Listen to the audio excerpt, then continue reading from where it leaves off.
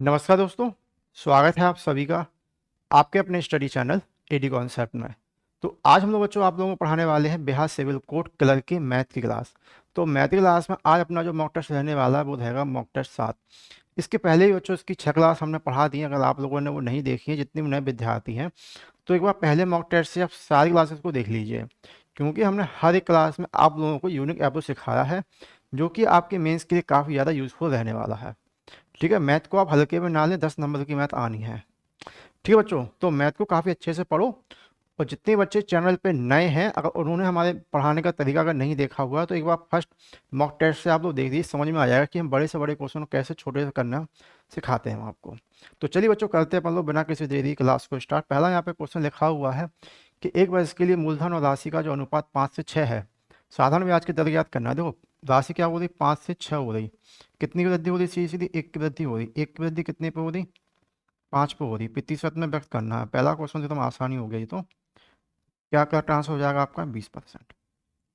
अगले क्वेश्चन पे चलेंगे। अगला क्वेश्चन लिखा है साधारण ब्याज पर 800 की धनराशि 3 वर्ष में, ठीक है, 3 वर्ष में कितनी हो जाती है, 1040 हो जाती है। यदि ब्याज की दर में 3% की वृद्धि की जाती है, बोला क्या है, ब्याज की दर में 3% की वृद्धि की जाए तो धनराशि क्या होगा। देखो, ये वृद्धि वृद्धि में कुछ नहीं होता है, ये इस वृद्धि को हटा दो। ये तो अगर जो वृद्धि लेकर करोगे तो क्वेश्चन अपना बड़ा हो जाएगा, लेकिन अपन मेंस के लिए पढ़ रहे हैं तो हर क्वेश्चन छोटा करना सीखो। ठीक है, तो वृद्धि को छोड़ दो, यानी आप जो 3% डाले उसको आप दर के हिसाब से पढ़ो। तो साधारण ब्याज का फॉर्मूला क्या होता है, पी आई टी पर 100। 800 है, 3 साल में 3% की दर से कितना निकलेगा अपने यहाँ पे साधारण ब्याज, 72 रुपये निकल जाएगा। जितनी भी राशि ये हो जाती है, कितनी राशि हो रही, 1040 हो रही। बस इन दोनों को जोड़ दो, 7 4 11 और 2। ठीक है, 1112, 1112 यानी राइट आंसर अपना क्या हो जाएगा, ऑप्शन नंबर बी वाला एकदम परफेक्ट होगा।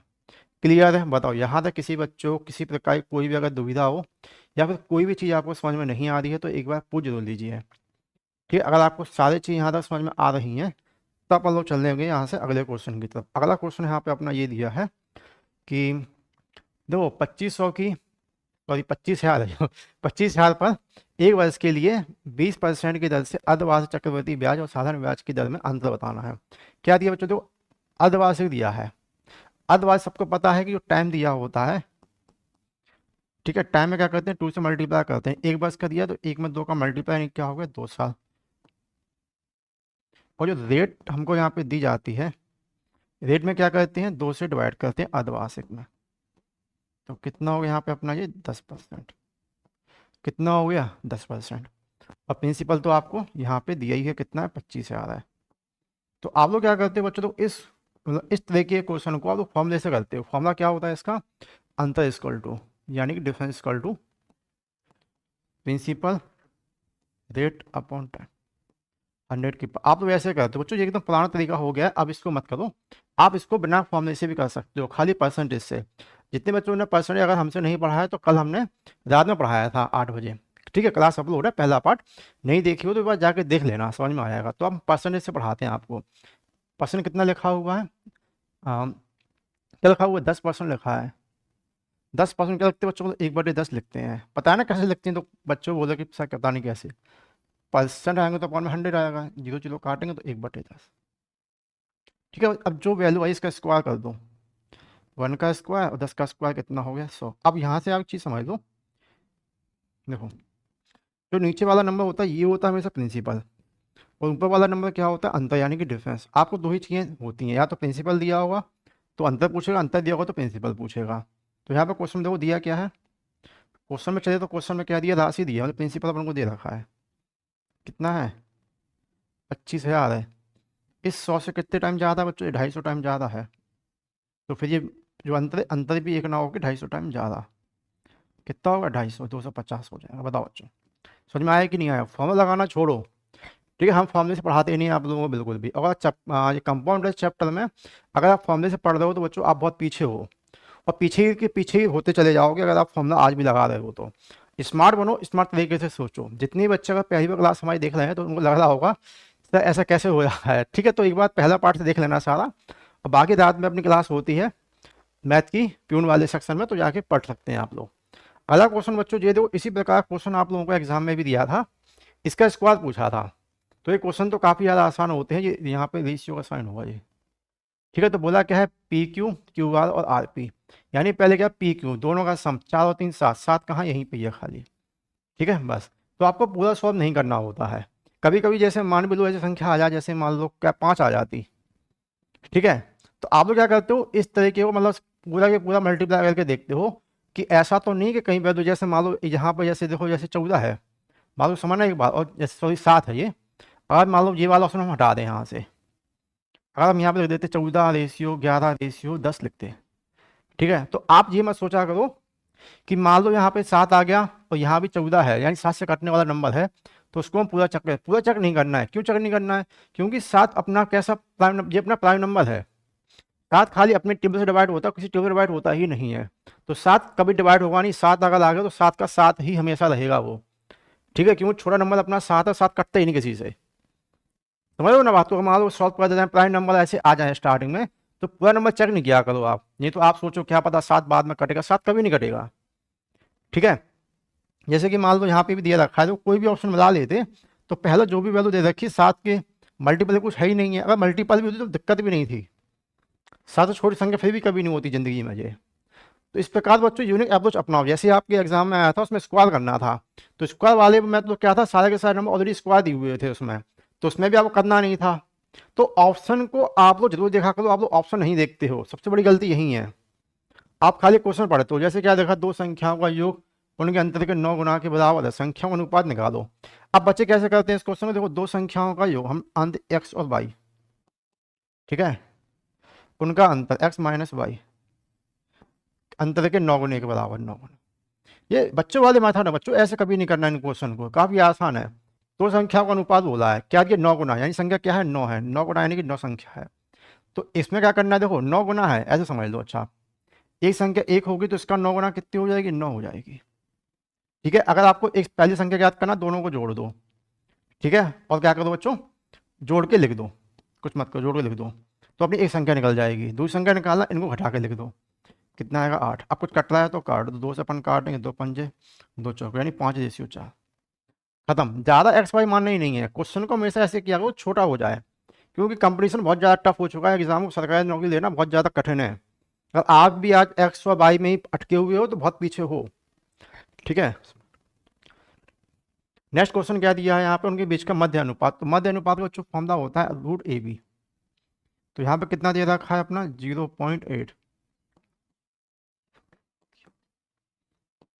ठीक है, मल्टीप्लाई करा दो, 8 दूनी 16, 7 8 56, 57। ठीक है, ये कितना हो गया अपना 576, 576 कितने का स्क्वायर होता है बच्चों अपना, जो होता है 24 का, यानी 2.4 निकल जाएगा। आसान क्वेश्चन है तो। ठीक है, मध्यान्ह पर रूट निकालना था। चलो अगले क्वेश्चन पे चलेंगे। अगला क्वेश्चन ये दिया है, चक्रवृद्धि ब्याज पूछ लिया इसमें 10% की दर से। तो कैसे करते हैं बच्चों, देखो बड़ा आसान है निकालना, हमेशा परसेंट वाली वैल्यू दिया आपको, जैसे 10% है ना, 10% करते 1/10 लिखते हैं, तो यहाँ 10 लिखेंगे, 10 में ऊपर नंबर जोड़ देते हैं, क्योंकि ऊपर वाला नंबर हमेशा ब्याज में मिलता है आपको। 11 हो गया, 2 साल बोला तो इस नंबर को 2 बार लिख दो, कितना हो गया 101। बाकी इस चैप्टर को पूरा पढ़ना हो तो कल हमने पढ़ाया था। तो ये वाली वैल्यू होती है बच्चों में से क्या, ये होती है प्रिंसिपल, और ये वाली वैल्यू जो होती है बच्चों, ये होती है अपनी अमाउंट। ठीक है, ब्याज की दर से 1400 का 2 वर्ष का ब्याज पूछा है इसमें। ठीक है, अभी निकाल दे रहा है। ठीक है, देखो ये जो अपना डेटा है, ये डेटा अपना आता है ये अपना परसेंटेज से आया डेटा, ये अपना एक्चुअल डेटा नहीं है। तो एक्चुअल डेटा में कहाँ दिया होता है, क्वेश्चन में। यहाँ पे क्या बोला गया कि 10% बाद से चक्रवृद्धि ब्याज की दर से 1400 का 2 वर्ष का ब्याज क्या होगा। 1400 यानी प्रिंसिपल हमको दे रखा है, लेकिन अपना यहाँ पे प्रिंसिपल कितना निकला 100। बोला बच्चों प्रिंसिपल 100 नहीं है, कितना है 1400 है। इससे कितने टाइम ज़्यादा है, 14 टाइम ज़्यादा है। ठीक है, तो क्या बोला हमें इससे ब्याज। तो देखो एक बात समझना, जैसे आपके पास 100 रुपये थे, 121 बन गए, कैसे बन गए, आपको कुछ ना कुछ ब्याज मिल गया होगा। तो ब्याज कितना मिला 21 रुपये, यानी दोनों का अंतर है वो ब्याज ब्याज से ही आता है। जैसे कि देखो हमने जैसे भी एक्चुअल डेटा को ये भूल जाओ, ये सब ऐसे मत समझो, अगर समझ में ना आ रहा है तो। जो परसेंट वाली वैल्यू थी हमने बताया था, ये प्रिंसिपल है और ये अमाउंट है।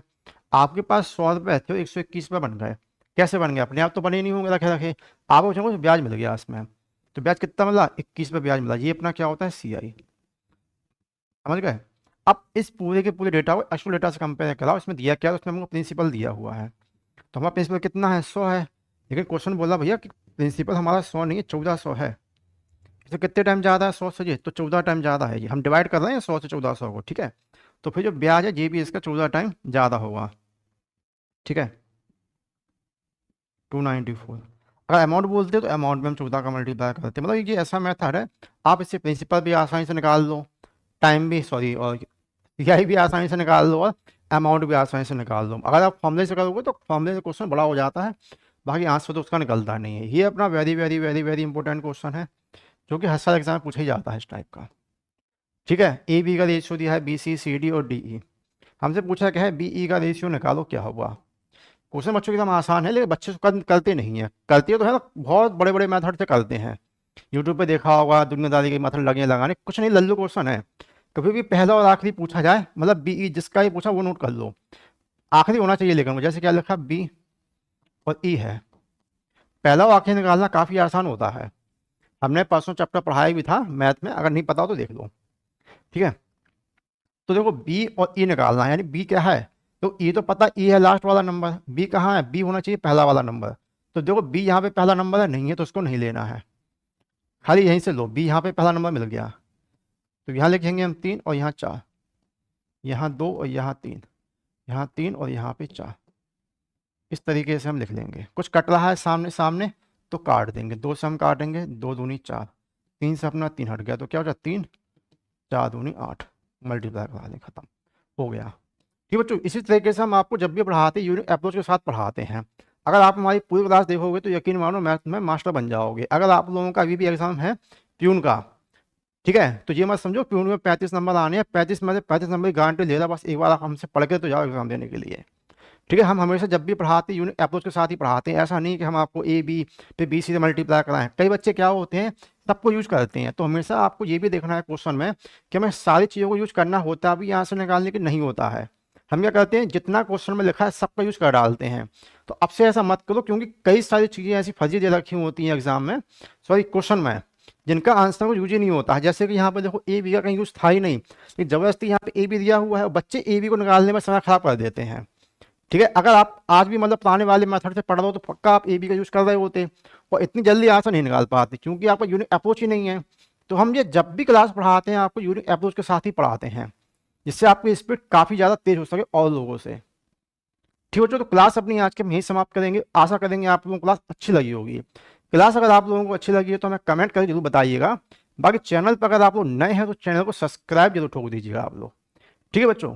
चलिए, धन्यवाद।